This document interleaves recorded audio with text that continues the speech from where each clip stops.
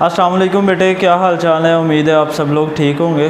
बेटे last lecture के अंदर हम लोग पढ़ के आए हैं charge on an electron by Millikan's method. अगर किसी बच्चे ने वो लेक्चर जो है वो नहीं देखा तो वो प्रीवियस लेक्चर जो है वो डिस्क्रिप्शन में लिंक मौजूद है, वहाँ से जाके देख सकते हैं। आज बेटे हम लोग उससे नेक्स्ट जो है लेक्चर स्टार्ट करने जा रहे हैं, आर्टिकल स्टार्ट करने जा रहे हैं, जो कि है 12.13 आर्टिकल और उसका नेम है कैपेसिटर। नेक्स्ट हमारी 4 से 5 वीडियोस जो हैं या 5 लेक्चर्स जो हैं वो कैपेसिटर से रिलेटेड ही होंगे।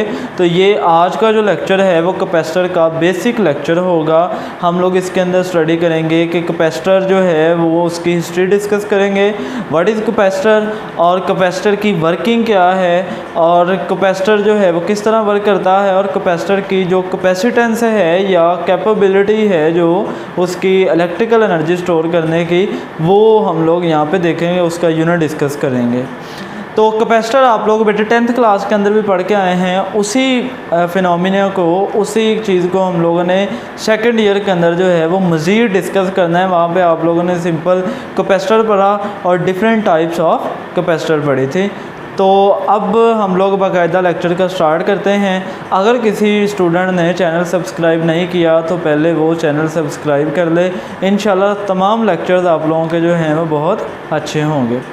तो कैपेसिटर बेटा हमारे पास कैपेसिटर क्या है? कैपेसिटर एक ऐसी डिवाइस है जो कि अपने अंदर इलेक्ट्रिक एनर्जी को स्टोर कर लेती है कि हमें जहाँ पर बहुत ज़्यादा इलेक्ट्रिक एनर्जी चाहिए होती है वहाँ पर हम क्या यूज़ करते हैं, वहाँ पर कैपेसिटर यूज़ करते हैं। तो सर अब कोई क्वेश्चन बच्चा करता है कि सर बैटरी जो है वो भी इलेक्ट्रिकल एनर्जी प्रोवाइड करती है, उसके अंदर भी इलेक्ट्रिकल एनर्जी स्टोर होती है। सेल जो है, इलेक्ट्रोलाइटिक सेल्स जो हैं वो उनके अंदर भी इलेक्ट्रिकल एनर्जी स्टोर होती है, वो भी हम इलेक्ट्रिकल एनर्जी प्रोवाइड करते हैं। लेकिन जो बैटरी है या सेल है वो बेटा बहुत small amount of electrical energy हमें प्रोवाइड करते हैं, बट फॉर लॉन्ग टाइम। तो जहाँ पर हमें बहुत थोड़े वक्त के लिए बहुत ज़्यादा एनर्जी चाहिए होती है वहाँ पर हम लोग यूज़ करते हैं कैपेसिटर को। तो ये था बेसिक इसका आइडिया। और अब हम लोग पढ़ते हैं, इसकी पहले हिस्ट्री देखेंगे, फिर इसकी कंस्ट्रक्शन देखेंगे, फिर इसकी वर्किंग।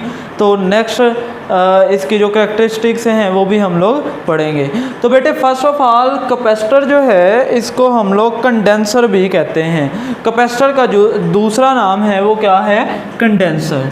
तो अगर इसकी हिस्ट्री की बात करें तो बेटा ये फर्स्ट कैपेसिटर जो है वो 1745 के अंदर जो है वो इन्वेंट किया। किसने किया? जॉर्ज वॉन क्लिस्ट जो थे उन्होंने फर्स्ट कैपेसिटर जो है इन्वेंट किया था और ये यूनिवर्सिटी ऑफ लीडन के अंदर इन्होंने इन्वेस्ट किया था। तो उसी वजह से ये जो है उस कैपेसिटर का नेम रखा गया लीडन जार। तब जो है ये उसको कैपेसिटर का नेम नहीं था दिया गया, बल्कि उसको कहा गया था कि ये एक लीडन जार है, क्योंकि ये यूनिवर्सिटी ऑफ लीडन के अंदर जो है इन्वेंट हुआ था, तो लीडन जार का नेम दे दिया गया। इसके बाद उसी लीडन जार के को मज़ीद जो है, अब उस लीडन जार के अंदर था क्या, उसके अंदर इस साइंटिस्ट ने एक इलेक्ट्रोलाइट के अंदर एक मेटल फॉयल जो है वो यूज़ करके कैपेसिटर की फर्स्ट इन्वेंशन की। उसी लीडन जार को मॉडिफाई किया 1746 के अंदर पीटर वान मिस्टर ब्रॉक ने, जो कि हमारे पास आजकल जो हम देख रहे हैं कैपेसिटर वो इसी लीडन जार की मॉडिफाइड फॉर्म है, जो कि इस साइंटिस्ट ने 1746 के अंदर इन्वेंट किया।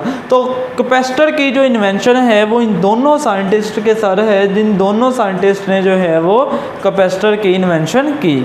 कैपेसिटर कैसी चीज़ है? डेफिनेशन जो आप लोग लिखेंगे, दो तरह की डेफिनेशन जो है वो बताई जाती हैं बच्चों को, दो तरह की बुक्स के ऊपर लिखी गई हैं, लेकिन उसके अंदर जो सही है वो मैं आपको बताने जा रहा हूँ कि बेटे कैपेसिटर बताया ये जाता है कि कैपेसिटर एक चार्ज स्टोरिंग डिवाइस है। हालांकि ऐसा नहीं है, कैपेसिटर चार्ज स्टोर नहीं करता। उसकी रीज़न भी मैं बताऊँगा कि चार्ज क्यों स्टोर नहीं करता या कैसे जो है चार्ज स्टोर नहीं करता। सेकेंड जो डेफिनेशन दी जाती है कि कैपेसिटर इलेक्ट्रिक एनर्जी को स्टोर करता है। ये एक्यूरेट डेफिनेशन है, ये करेक्ट डेफिनेशन है, आप लोग भी यही लिखिएगा, ज़्यादा बेहतर यही होगी। A device which stores electrical energy, एक ऐसी डिवाइस है जो कि अपने अंदर क्या स्टोर करती है, इलेक्ट्रिकल एनर्जी को स्टोर कर लेती है। अब इलेक्ट्रिकल एनर्जी जो है वो हम लोग पढ़ चुके हैं कि किसके इक्वल होती है। पिछले लेक्चर्स के अंदर इलेक्ट्रिक पोटेंशियल वाले आर्टिकल के अंदर हमने पढ़ा कि किसी यूनिट चार्ज के ऊपर आप जितना वर्क डन करेंगे किसी इलेक्ट्रिक फील्ड के अंदर, वो उसकी चेंज इन पोटेंशियल एनर्जी या change in electric potential energy की फॉर्म में अपीयर होगी। तो ये जो हमारे पास इलेक्ट्रिकल एनर्जी है बेटे, कैपेसिटर जो है वो अपने इलेक्ट्रिक फील्ड के अंदर इसको स्टोर करता है। किसकी वजह से स्टोर करता है, चार्जेस की वजह से स्टोर करता है, जिसकी वजह से हम जो है मिसलीड कर देते हैं बच्चों को कि चूँकि ये चार्ज की वजह से इलेक्ट्रिक एनर्जी स्टोर कर रहा है तो हम कहते हैं ये चार्ज स्टोर कर रहा है, हालांकि ऐसा नहीं होता। इस स्टेटमेंट को आप अभी जहन में रखें, जब हम कंस्ट्रक्शन के बाद वर्किंग डिस्कस करेंगे तो आपको पता चलेगा कि कैसे ये चार्जेस की वजह से कैपेसिटर इलेक्ट्रिक फील्ड, अपने इलेक्ट्रिक फील्ड के अंदर इलेक्ट्रिक पोटेंशियल एनर्जी या इलेक्ट्रिकल एनर्जी को स्टोर करता है। तो अब बारी है कंस्ट्रक्शन की। तो बेटे कंस्ट्रक्शन जो कैपेसिटर की कंस्ट्रक्शन है, जो कैपेसिटर आपके कोर्स के अंदर है वो है हमारा पैरेलल प्लेट कैपेसिटर, उसी की बात हम लोग करेंगे। तो कैपेसिटर की कंस्ट्रक्शन के अंदर बेटे दो हमारे पास कंडक्टर्स होते हैं और वो यूजुअली मेटल प्लेट्स होती हैं, और वो दोनों जो है कैपेसिटर के अंदर पैरेलल रख दी जाती हैं। जैसे ये दोनों प्लेट्स जो हैं वो पैरेलल पड़ी हुई हैं एक दूसरे के, और इन दोनों प्लेट्स को बेटे सेपरेट किया जाता है। ये दोनों एक दूसरे के साथ टच नहीं करती, बल्कि इन दोनों के दरमियान कोई डिस्टेंस होता है जिसको हम लोग डी से डिनोट कर देते हैं। और इन प्लेट्स की जो लेंथ है वो कैपिटल एल से शो कर देते हैं, और इन प्लेट्स की लेंथ ऑलवेज ग्रेटर देन होनी चाहिए। इन दोनों प्लेट्स के दरमियान जो सेपरेशन है उससे हमेशा ज़्यादा होने चाहिए। और अब बारी आ जाती है कि इन दोनों प्लेट्स के दरमियान कौन सी चीज़ मौजूद है। तो बेटे इन दोनों प्लेट्स के दरमियान इंसुलेटर कोई ना कोई मौजूद होता है। इंसुलेटर वो एयर भी हो सकती है, वैक्यूम भी हो सकता है, या कोई और डाई इलेक्ट्रिक मीडियम या इंसुलेटर मीडियम जो है या इंसुलेटर मटेरियल जो है वो हम लोग यूज़ करते हैं। ये दोनों एक दूसरे से इलेक्ट्रिकली इंसुलेटेड होती हैं, इंसुलेट किया गया होता है इन दोनों प्लेट्स को एक दूसरे के साथ। इनकी इलेक्ट्रिकली कंडक्शन या चार्ज का एक प्लेट से दूसरी प्लेट से पर फ्लो नहीं होता, डायरेक्ट फ्लो जो है वो नहीं होता। ये थी बेटे कंस्ट्रक्शन। तीन चीज़ें बताई हैं। फर्स्ट क्या हो कि कंडक्टर्स होंगे, दो कंडक्टर्स होंगे जो कि यूजुअली होती हैं मेटल प्लेट्स। सेकंड क्या, उन दोनों के दरमियान सेपरेशन होती है, दोनों एक दूसरे के साथ टच नहीं कर रही होती। कितना डिस्टेंस होता है, डी, और ये डी ऑलवेज लेस देन होगा इन मेटल प्लेट्स की लेंथ से, या लेंथ ज़्यादा होगी हमेशा इस डिस्टेंस से। और थर्ड चीज़ कि इन दोनों के दरमियान क्या होगा, कोई इंसुलेटर होगा जो कि एयर, वैक्यूम या कोई भी डाई इलेक्ट्रिक मीडियम हम यूज़ कर सकते हैं। वो टाइप्स ऑफ कैपेसिटर के अंदर जाके इलेक्ट्रोलाइट्स या जो इंसुलेटिंग मटेरियल्स हैं वो चेंज होते जाते हैं। तो फिर उस बेस पे हम टाइप्स जो है वो बताते हैं कैपेसिटर की। तो बेसिक क्या होता है, कोई ना कोई इंसुलेटर होता है। इन दोनों प्लेट्स के दरमियान कोई भी चार्ज का फ्लो नहीं होता। अब है जी वर्किंग, इसकी हम देखने जा रहे हैं। बेटे वर्किंग देखने से पहले ये मैंने एक बॉक्स बनाया है, ये क्या है, ये एक कंडक्टर है या कोई मेटल है।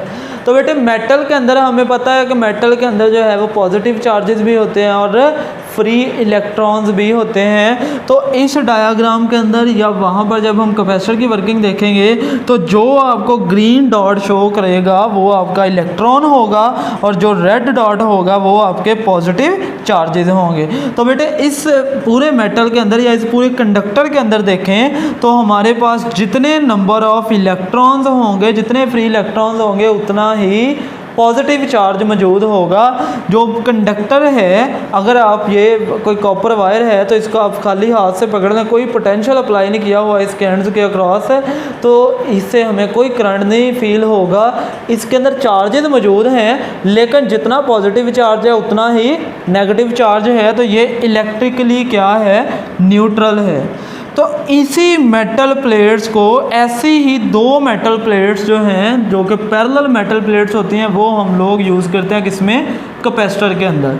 तो बेटे ये दो मेटल प्लेट्स हैं, कंसिडर कर लें उसके अंदर जो है, इस प्लेट के अंदर अगर देखें तो हमारे पास ये रेड वाले जो है ये क्या हैं जी, पॉजिटिव चार्जेस हैं, और ग्रीन वाले क्या हैं, इलेक्ट्रॉन्स। और सिमिलरली यहाँ पे भी ग्रीन वाले इलेक्ट्रॉन्स हैं और पॉजिटिव चार्जेस जो हैं वो रेड से शो किए हुए हैं। अब बेटा हम लोग इसकी वर्किंग देखते हैं। फर्स्ट हम लोग क्या करेंगे कि एक और चीज़ देख लें कि इन दोनों के दरमियान जो पोटेंशियल है, पोटेंशियल डिफरेंस है, उसको डेल्टा वी से शो किया हुआ है। अब जब इनको, इन दोनों प्लेट्स को या कैपेसिटर को हमने वैसे पकड़ा हुआ है, तो कैपेसिटर की दोनों प्लेट्स के दरमियान जो पोटेंशियल डिफरेंस है उसकी वैल्यू कितनी होगी, 0 होगी।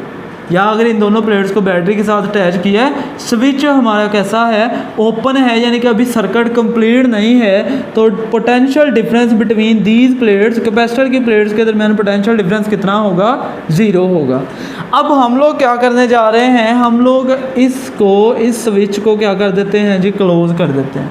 अब सर्किट हमारा हो गया कंप्लीट। एक्चुअली कंप्लीट नहीं है, क्योंकि यहाँ पे इंसुलेटिंग है, तो करंट जो है वो फ्लो नहीं करेगा। लेकिन क्या होगा कि जैसे ही हमने स्विच क्लोज किया, ये बैटरी का positive terminal in negative charge वाले, यानी कि इन इलेक्ट्रॉन्स को क्या करेगा, यहाँ से अपनी तरफ अट्रैक्ट करना शुरू कर देगा। यहाँ से ये इलेक्ट्रॉन्स क्या करना शुरू कर देंगे, इस पॉजिटिव टर्मिनल की तरफ मूव करना शुरू कर देंगे।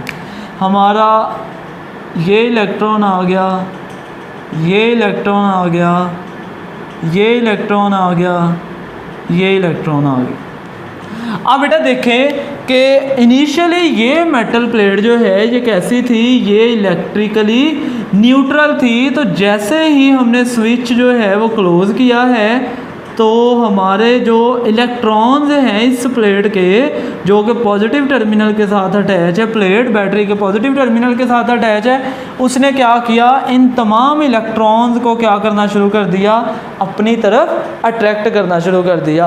अब क्या हुआ, इस प्लेट के ऊपर जो इलेक्ट्रॉन्स की डेफिशिएंसी होगी, तो इसके ऊपर कौन सा चार्ज आ गया, इसके ऊपर हमारे पास पॉजिटिव चार्ज आ जाएगा। इस प्लेट के ऊपर क्या आ गया, पॉजिटिव चार्ज आ गया है। अब अगर हम लोग इलेक्ट्रोस्टैटिक इंडक्शन पढ़ चुके हैं कि अगर कोई पॉजिटिवली चार्ज्ड रॉड, ये पॉजिटिवली चार्ज्ड रॉड है, ये न्यूट्रल रॉड है, अगर इसको इसके करीब लेके आएंगे तो यहाँ पर जितने पॉजिटिव चार्जेस होंगे वो सारे रिपेल कर दिए जाएंगे इस एंड पे, और जितने इधर नेगेटिव चार्जेस हैं वो सारे अट्रैक्ट हो जाएंगे इस एंड पे due to these positive charges.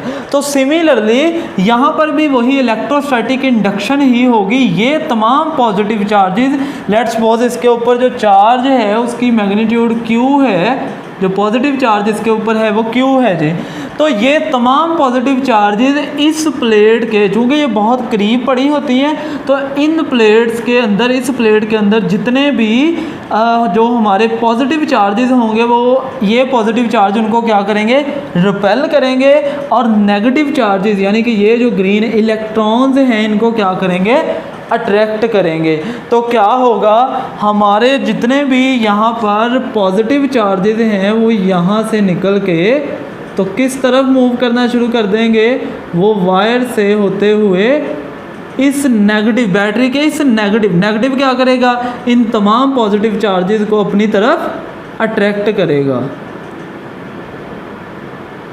अब ये हमारे जो पॉजिटिव चार्जेस हैं वो भी इस प्लेट से बाहर आ गए।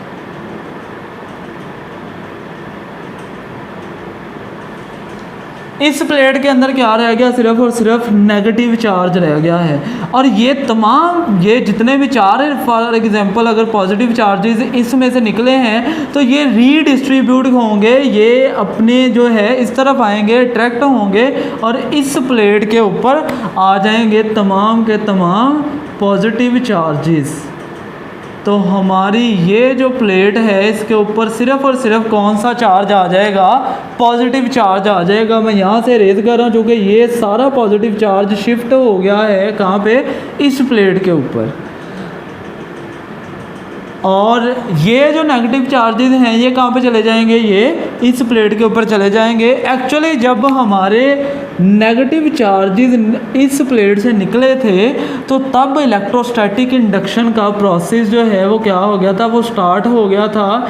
और इस प्लेट के अंदर जितने पॉजिटिव चार्जेस थे, चूँकि इस प्लेट के ऊपर पॉजिटिव चार्ज आ चुका था तो इन पॉजिटिव चार्जेस ने इनको रिपेल करना शुरू कर दिया, जो कि बैटरी के इस नेगेटिव टर्मिनल की तरफ आना शुरू हो गए। तो ये इस प्लेट के भी जितने इलेक्ट्रॉन्स होंगे, जितना नेगेटिव चार्ज होगा वो सारे का सारा किधर चला जाएगा, वो सारा इस प्लेट के अंदर आ जाएगा।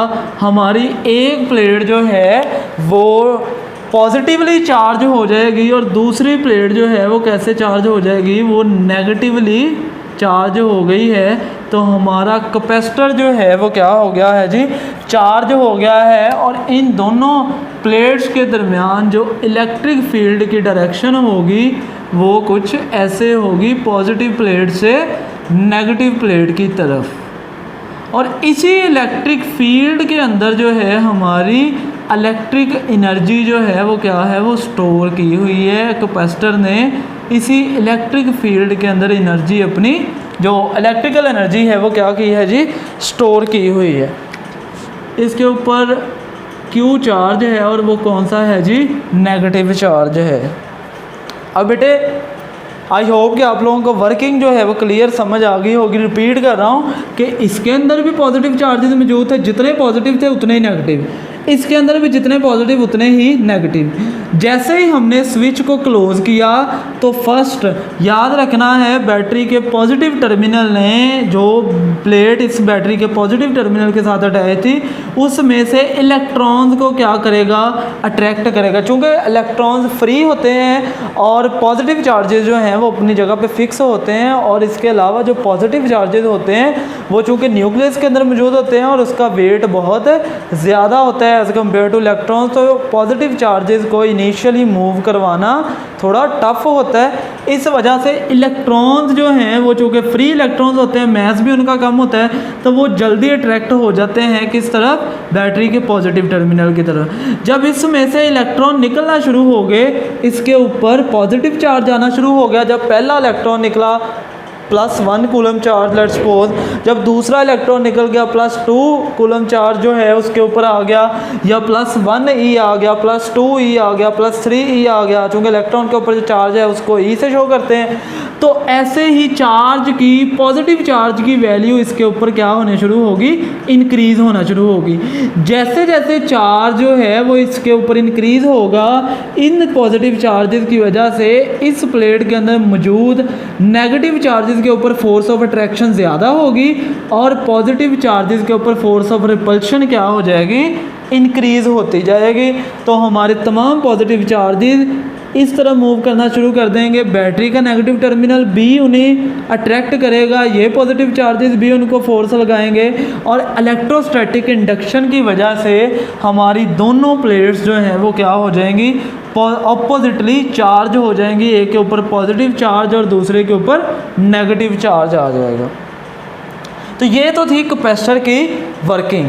अब इसके ये लिखा होगा when switch is close delta V increases with the passage of time. इन दोनों प्लेट्स के दरमियान पोटेंशियल जो है वो क्या, पोटेंशियल डिफरेंस जो है वो क्या होना शुरू हो जाएगा, वो इंक्रीज़ होना शुरू हो जाएगा। जब पहला इलेक्ट्रॉन इस प्लेट में से निकलेगा तो इन दोनों का पोटेंशियल डिफरेंस थोड़ा सा जीरो से थोड़ा सा ज़्यादा हो जाएगा। जब इसमें से अगला इलेक्ट्रॉन निकल गया, इधर से भी दो जो पॉजिटिव चार्जेस है वो इस प्लेट पे आ गए, तो दोनों के दरमियान पोटेंशियल डिफरेंस की वैल्यू क्या होती जाएगी, इंक्रीज़ होती जाएगी।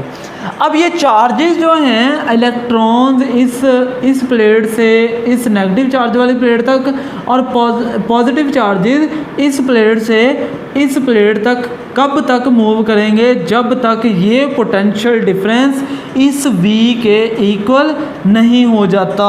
Charges will flow until delta v, यानी कि potential difference between these plates not equal to v। जब तक बैटरी के पोटेंशियल के इक्वल इन दोनों जो प्लेट्स का पोटेंशियल डिफरेंस इक्वल नहीं हो जाता, तब तक ये चार्जेस जो हैं ये फ्लो करते रहेंगे।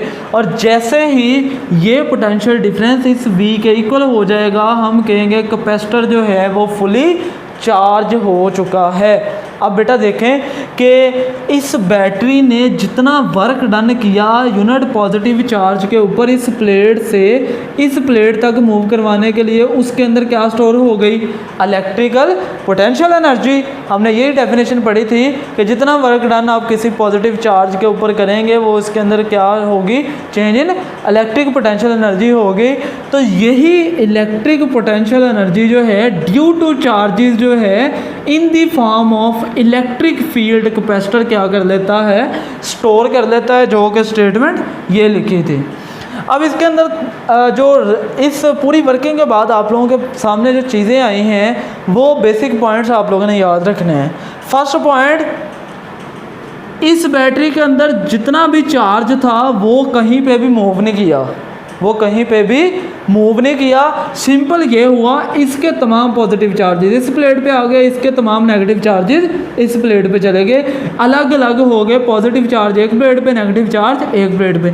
इस बैटरी के अंदर जितना मर्जी चार्ज हो वो कभी भी मूव नहीं करेगा या वो कभी भी प्लेट्स के ऊपर शिफ्ट नहीं होगा।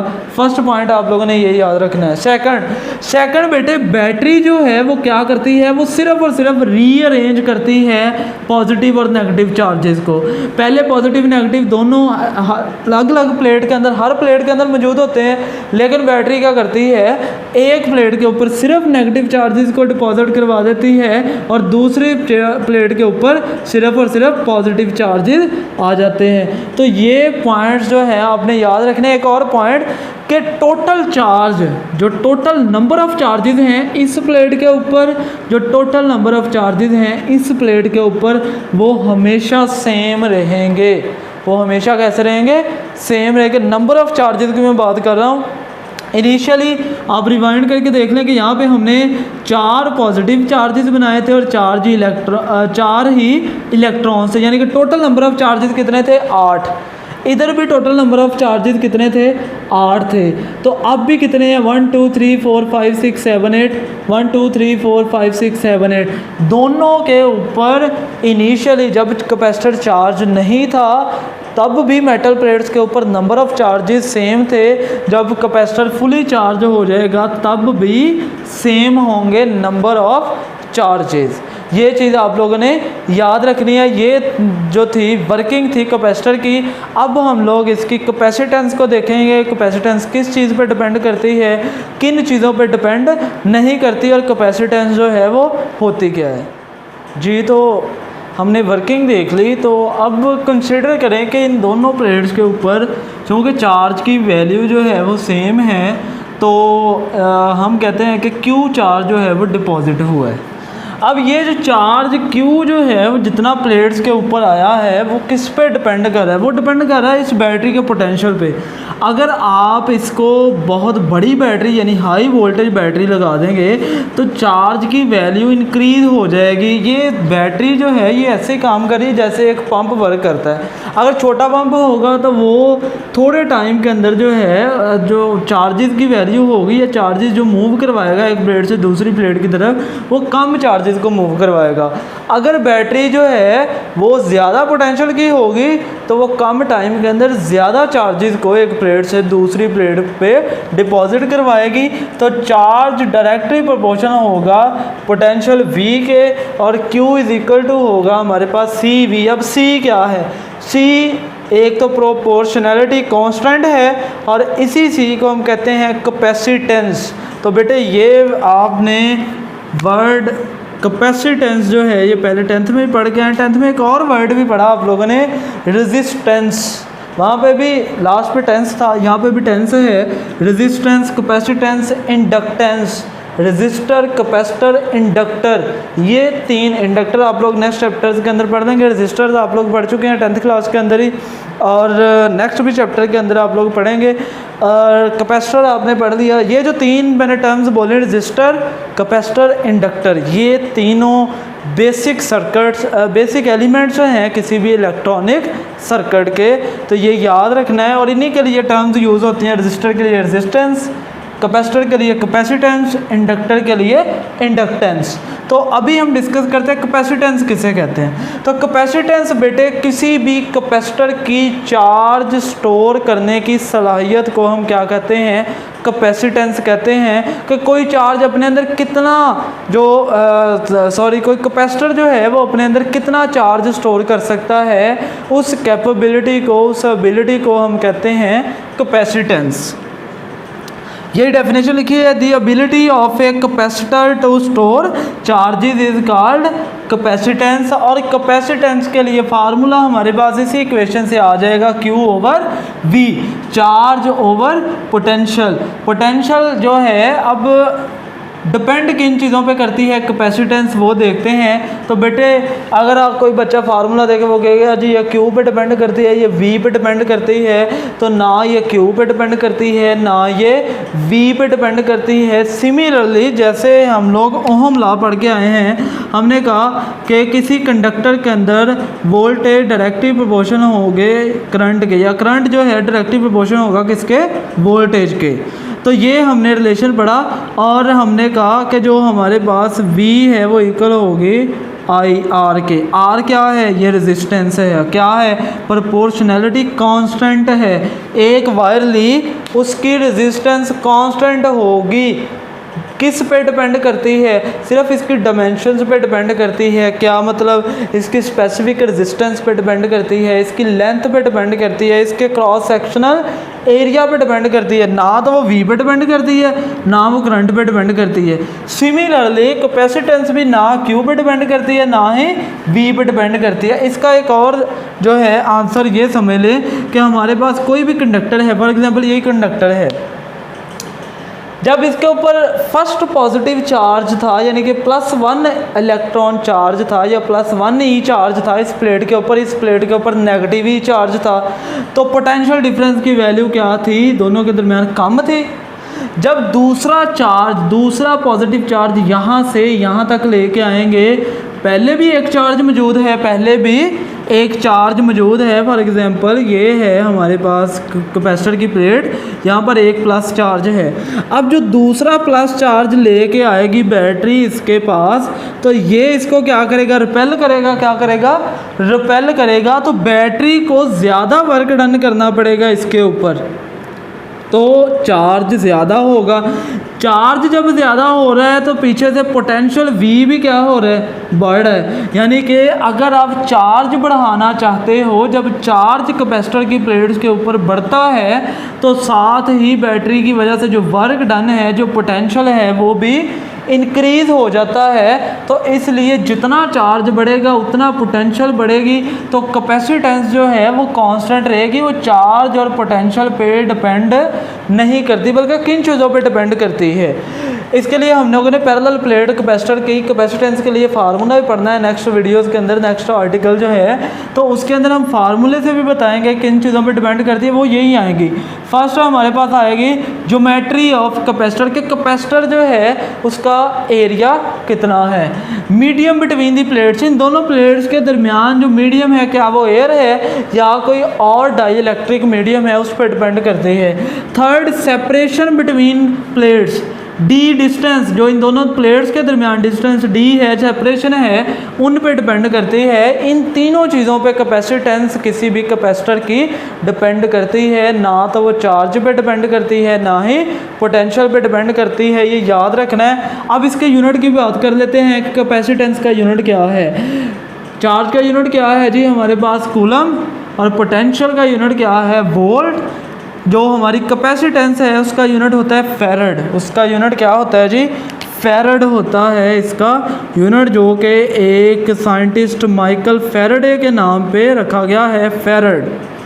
अब जो फैरड है वो किसके इक्वल होगा, 1 कूलम पर 1 वोल्ट, या इसकी जो डेफिनेशन होगी वो ये होगी कि अगर किसी कैपेसिटर की किसी एक प्लेट के ऊपर 1 कूलम चार्ज हम डिपॉजिट करवाएं और उन दोनों प्लेट्स के दरमियान जो पोटेंशियल डिफरेंस है वो 1 वोल्ट का प्रोड्यूस हो जाए, तो इस कैपेसिटर की कैपेसिटेंस कितनी होगी, 1 फैरड होगी।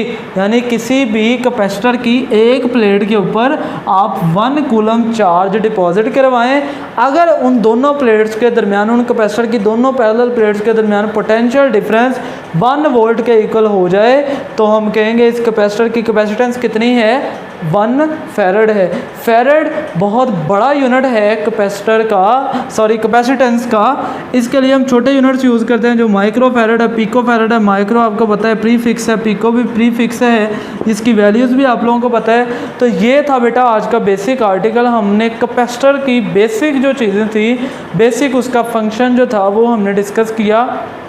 अब कैपेसिटर हमें चाहिए क्यों, कैपेसिटर हम यूज़ क्यों करते हैं, पहले भी जैसे बता दिया कि जब हमें इलेक्ट्रिकल एनर्जी की लार्ज अमाउंट जो है वो चाहिए होती है बहुत कम टाइम के लिए, तब हम कैपेसिटर यूज़ करते हैं। अब कैपेसिटर हमारी डेली लाइफ के अंदर जो अप्लाइंसेज हैं, हर इलेक्ट्रॉनिक सर्किट के अंदर हमारे पास कैपेसिटर जो है उसके अंदर मस्ट यूज़ होगा। कैपेसिटर आपकी जितनी मोटर्स हैं, चाहे वो फ़ैन की मोटर हो, चाहे वो आपका पानी वाला पंप हो, हर जगह पर कैपेसिटर जो है वो यूज़ होता है। अब कैपेसिटर करता क्या है, किसी भी चीज़ को ख़ास तौर पे मूव करवाने के लिए, जब हमें अगर गाड़ी फॉर एग्जांपल खड़ी है तो गाड़ी जिस सरफेस के ऊपर खड़ी है उसके साथ उसकी फ्रिक्शन, जो स्टैटिक फ्रिक्शन है वो बहुत ज़्यादा है। उसको मूव करवाने के लिए जो पहला स्टेप हमें या पहली फोर्स लगानी पड़ेगी, बहुत ज़्यादा लगानी पड़ेगी। चाहे आप इसका एक्सपेरिमेंट करके देख लें कि जब आप गाड़ी को पहली दफ़ा धक्का लगाओगे तो बहुत ज़्यादा लगाना पड़ेगा। जब वो रन करना शुरू कर देगी, आप थोड़ी एनर्जी भी उसको दोगे तो वो मूव करती रहेगी। ऐसे ही जितनी मोटर्स हैं हमारी सारी की सारी जब वो रुकी होती हैं तो स्टैटिक फ्रिक्शन बहुत ज़्यादा होती है, तो एक झटका चाहिए होता है उनको स्टार्ट होने के लिए। जब वो स्टार्ट हो जाती हैं तो तब जो है वो कांस्टेंट स्पीड के साथ रन करती रहती हैं बहुत थोड़ी एनर्जी से ही। तो कैपेसिटर जो है वो क्या करवाता है, स्टार्ट करवाता है। इसके अलावा जो हमारे कैमराज हैं, जो आपके मोबाइल के कैमरा की फ्लैश लाइट है, आपके एलईडी जो डीएसएलआर कैमरा है उनकी जो फ्लैश लाइट है उसको भी फ्लैश ऑन करवाने के लिए कैपेसिटर जो है वहाँ पे यूज़ किया जाता है। कैपेसिटर एनर्जी स्टोर करता रहता है बैटरी से लेके, और फिर जो है वो एक जब भी हमें चाहिए, जैसे ही हम बटन क्लिक करते हैं तो कैपेसिटर पूरा जो चार्ज हुआ होता है वो अपनी सारी इलेक्ट्रिक एनर्जी किसको दे देता है, उस फ्लैश लाइट को दे देता है। तो कि बहुत ज़्यादा लाइट हमें उस इलेक्ट्रिकल एनर्जी की वजह से मिलती है। तो ये था आज का बेसिक लेक्चर। तो उम्मीद है आप लोगों को समझ आ गई होगी। Thank you so much. Allah हाफिज़।